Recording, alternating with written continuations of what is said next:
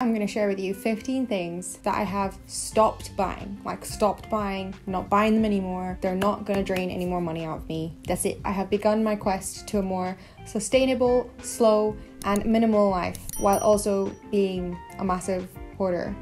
Hi guys, welcome back to another video. I'm Dev and I am not a sustainability expert, nor am I some kind of minimalism queen. I'm just trying to make a dent in my journey to own less things because I'm a crazy hoarder and save me some money. So from sanitary products to food swaps, I've made a lot of little changes in my life that have, not only saved me money, but actually cut our household waste and stuff a lot too. So the first thing I no longer buy are sanitary products. So when I came across Modibody, I was literally taken aback. I've bought some for my mum and my sister to use as well. I did some maths to just explain this point in kind of a simple calculation. So if you buy pads, just assuming that you have your period for 30 years, that means you're going to end up spending £1,080 on pads based on like the average price of £3 a pack for pads. So obviously I've made a lot of assumptions there, but that is a lot of money and that's a lot of waste considering the fact that pads aren't biodegradable. And when you go onto the Modibody website,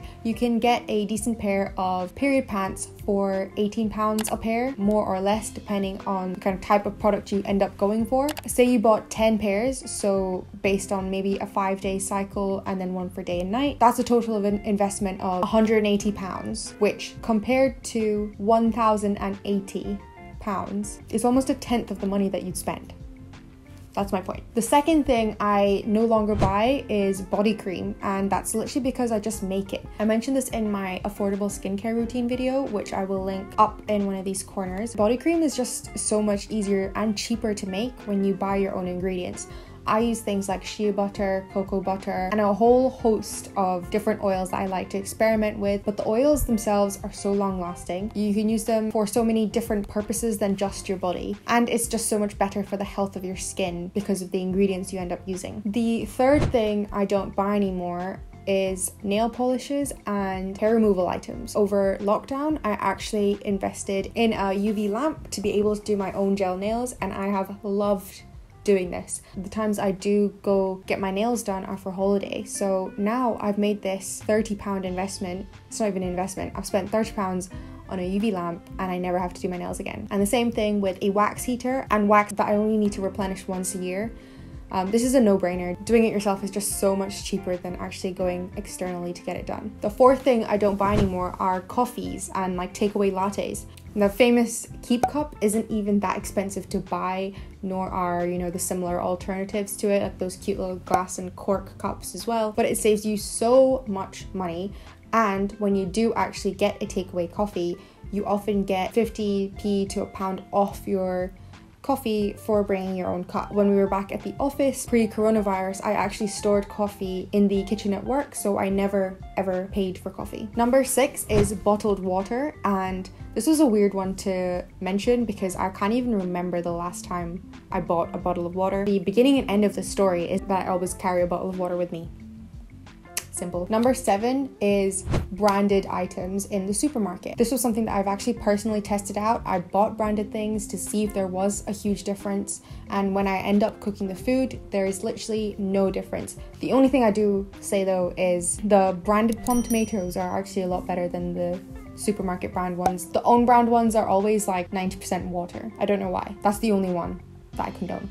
And after a bit of research, I actually found out that a lot of the own brand items are made in the same factories as the branded ones anyway. Number 8 is Trendy superfoods. Now, I feel like we've all gone through a phase of buying like the blue powder, the green powder, and making really nice smoothie bowls. Rare nuts, small batch peanut butter, which will always have a place in my heart. The only way these superfoods are super is in their super price. These foods don't provide a humongous nutritional difference compared to actually just eating properly, eating your 5 a day and drinking loads of water. They're not like some kind of magic ingredient. Apart from matcha, that's also my exception. I don't spend ridiculous amounts on it. Number 9 is healthy things from sites like My Protein and all the other proteiny places. So things like pancake mixes, protein bars, protein chocolate, all this kind of stuff, which is just marketing garbage. Half the time, you're just paying for the convenience of having these things pre-made with a couple scoops of protein thrown in.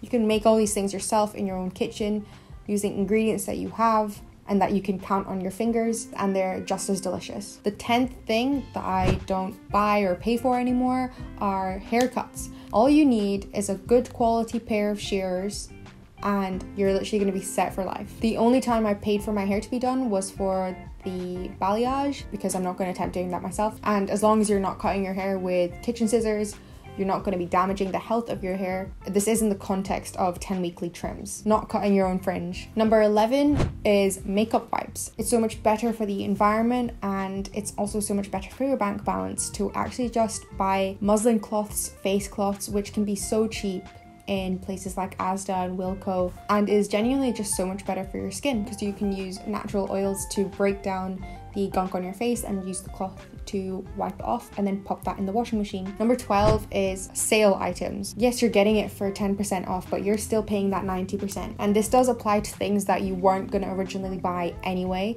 So if you did need that item, of course it's wise to wait till it's on sale. But when you buy things just because they're on sale, you end up just hoarding a lot of genuine crap. Number 13 is that I don't buy the replacement for kind of things that I use on a regular basis until the thing has actually run out.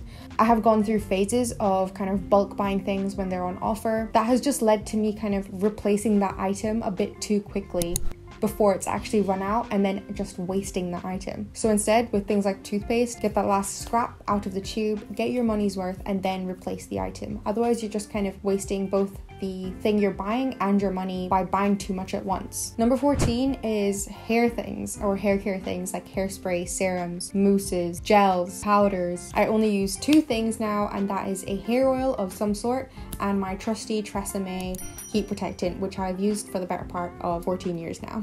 Having less steps in your hair care routine, of any kind of personal care routine, for me is just less anxiety, less stress. And the 15th and final thing is, now I don't understand why I thought I was a makeup artist or why I thought I was going to be some kind of beauty influencer, because I have way too many eyeshadow palettes for the amount of times that I actually go out and not bail. And I don't know who I'm trying all these things out for. No one's even watching, apart from you guys right now. But even then, I use the same makeup in every video. And half the time I'm running so late that I only apply half the things I own anyway. So there's no need to have multiple versions of the same thing, because you never even finish them all. 1 foundation, 1 concealer, a set of brushes, 1 eyeshadow palette, a lip gloss, mascara. You're set. So those were a little collection of things that I don't buy anymore. And this list is definitely going to grow the more I learn about how I am as a consumer and how I kind of adjust my life to become a little bit slower. But I hope you gained something from this video, and let me know down in the comments if there's anything that you've stopped buying. Thank you for watching this video, and I will see you again next week. Bye!